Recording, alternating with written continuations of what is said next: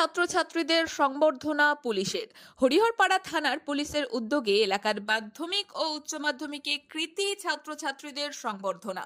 সোমবার সকালে হরিহরপাড়া থানার রবীন্দ্র কক্ষে ব্লকের বিভিন্ন স্কুলের কৃতী ছাত্রছাত্রীদের সংবর্ধনা দেওয়া হয়।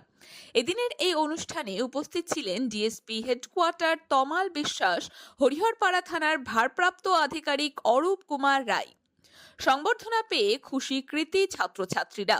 পুলিশের দাবি, পড়ুয়াদের মধ্যে উৎসাহ দিতেই এই উদ্যোগ। আমি রুকুনপুর হাই স্কুল থেকে পরীক্ষা দিয়েছিলাম। আমার নাম ইত্রা দাস। আমি মোট সর্বোচ্চ নাম্বার 455 পেয়েছি। আর হরিহরপাড়া স্কুলে পরীক্ষাটা দিয়েছিলাম। কোন উচ্চ মাধ্যমিক না মাধ্যমিক? উচ্চ মাধ্যমিক। 455 পেয়েছি। আজকে কাদের তরফ থেকে তোমাকে কি কি দেওয়া হলো? হরিহরপাড়া থানা থেকে আজকে আমাকে সংবর্ধনা জানানো হলো। আমি খুব খুশি হয়েছি।